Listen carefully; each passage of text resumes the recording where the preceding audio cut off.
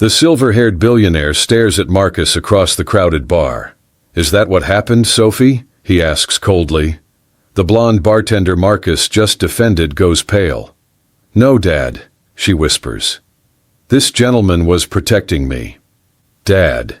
The word detonates like a bomb. The bartender is a millionaire's daughter. Before we dive in, comment where in the world you are watching from and don't forget to click subscribe.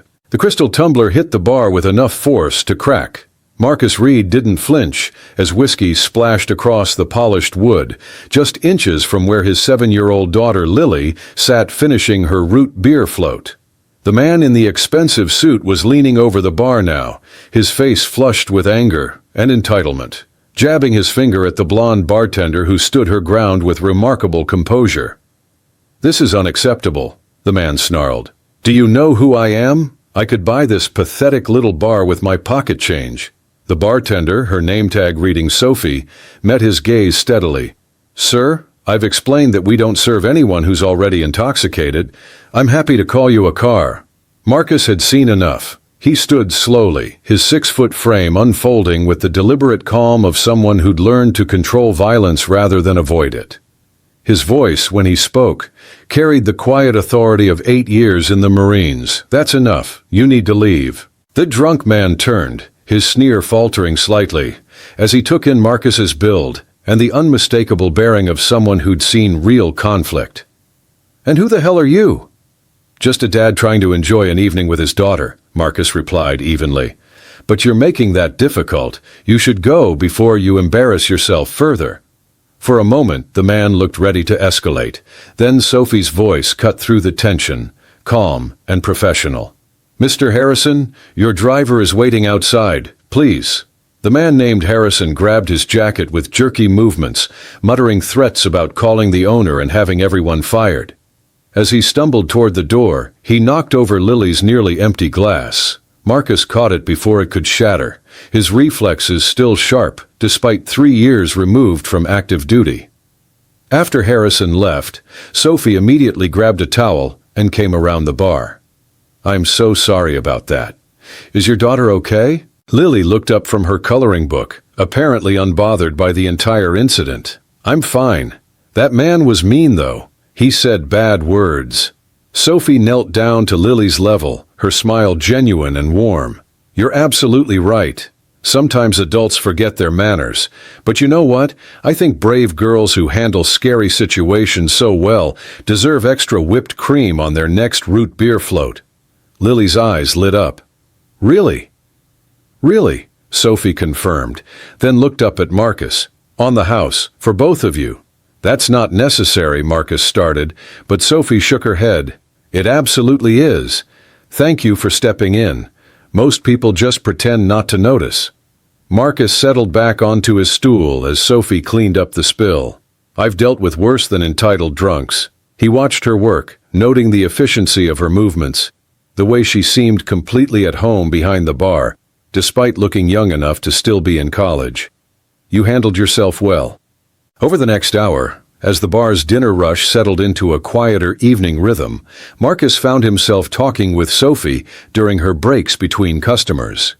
She asked about Lily's coloring project, complimented the little girl's choice of colors, and somehow made a 7-year-old feel like the most interesting person in the room.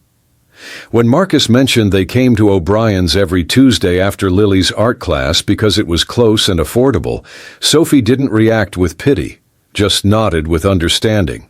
Lily finally fell asleep with her head on Marcus's arm, worn out from her long day. As Marcus prepared to carry her home, Sophie appeared with a container. Leftover pot roast, she explained. We made too much for tonight's special. You'd actually be helping us out by taking it. Marcus wanted to refuse, pride warring with the practical knowledge that his grocery budget was stretched thin this week. Sophie seemed to sense his hesitation. My mom always said good food shouldn't go to waste, and something tells me you'd appreciate not having to cook tomorrow. He accepted with a grateful nod, carefully lifting Lily into his arms. She stirred slightly but didn't wake, her small hand clutching the colored picture she'd made. Thank you, Marcus said simply, for the food and for being kind to Lily. People don't always know how to act around single dads. Sophie's smile held a hint of sadness. I understand more than you might think. Come back next Tuesday? Same time, Marcus promised. The following Tuesday, Marcus and Lily returned to find the bar unusually crowded. Sophie was moving between tables with practiced grace, her blonde ponytail swinging as she balanced trays and fielded orders. She caught Marcus's eye and mouthed an apology, gesturing to an empty booth in the corner. As they settled in, Lily announced, "I like Sophie. She's nice and pretty." Marcus felt his ears grow warm. "She is nice," he agreed carefully. "And yes, she's pretty." When Sophie finally made it to their table, she looked frazzled but apologetic. "I'm so sorry. One of our servers called in sick and we're swamped. If you can wait about 20 minutes, I promise I'll get you something amazing from the kitchen." "Take your time," Marcus assured her. "We're in no rush." As Sophie hurried away, Marcus noticed a commotion near the bar.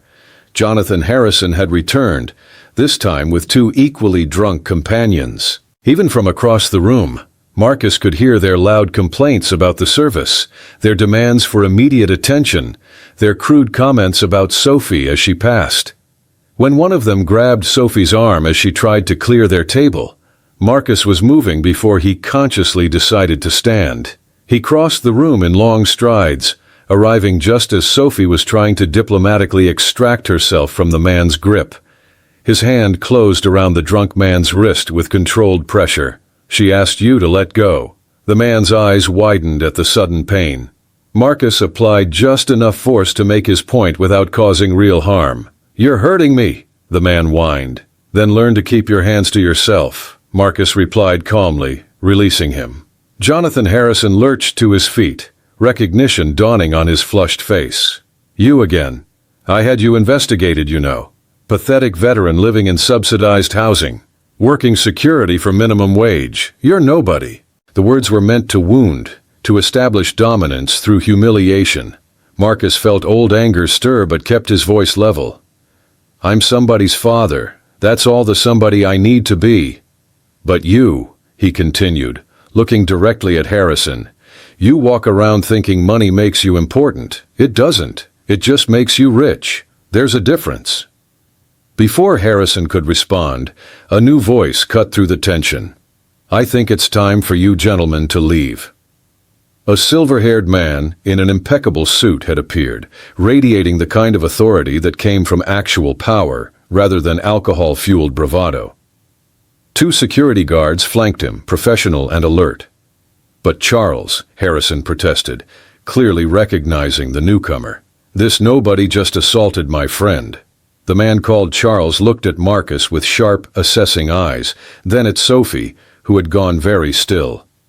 "Is that what happened, Sophie?" "No, Dad," Sophie said quietly. "This gentleman was protecting me from unwanted physical contact. Dad." The word hung in the air as Marcus's brain recalibrated everything he thought he knew. Charles turned back to Harrison with a smile that didn't reach his eyes. "Mr. Harrison, I'm Charles Whitmore. I own this establishment along with 47 others across the state. My daughter has explained your behavior on multiple occasions. You're no longer welcome in any Whitmore property." Security escorted Harrison and his friends out, while the bar full of customers watched in satisfied silence. Charles extended his hand to Marcus.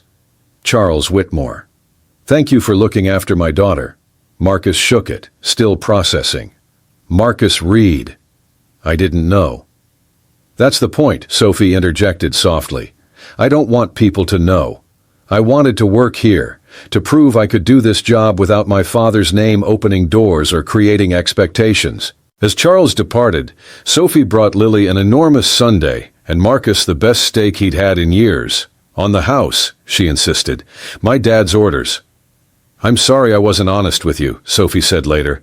"I just get tired of people treating me differently when they find out." Marcus considered this. "I understand that more than you might think.